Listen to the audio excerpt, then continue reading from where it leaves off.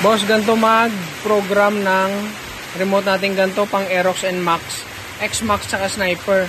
Kailangan nakapas blink yan ha. Yan, pag pinipindot mo, kailangan ganyan yung blink nya. So, ang gagawin natin, lagay mo natin dito. Yan. First step, long press mo to.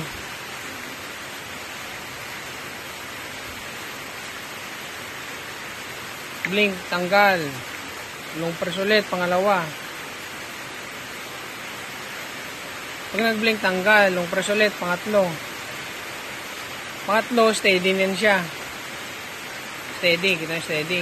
Pag namatay yan, enter mo na yung code mo. Yung code ko is 121212. First 1. First blink, tanggal. Kasi 1 lang, isang blink lang. Pangalawa, 2. 1, 2. Tanggal ulit. Pangatlo, 1. Isang blink lang. Tanggal din. 1, 2. Pangapat. Tanggal ulit. Panglima, 1. Tanggal. Pang-anim, 2.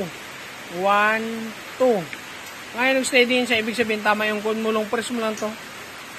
Pag nilong press mo yan, yung tutunog yung motor, yung remote mo pupula. Kita nyo nakapula. Pag pumula yan, pindutin mo lang. Pag pinindot mo yan, ibig sabihin, nakaprogram na yan. Ang ganda nitong BBDI, itong remote na to, lahat gumagana. Pati ito. Pwede na. Andar na yung motor. Nging.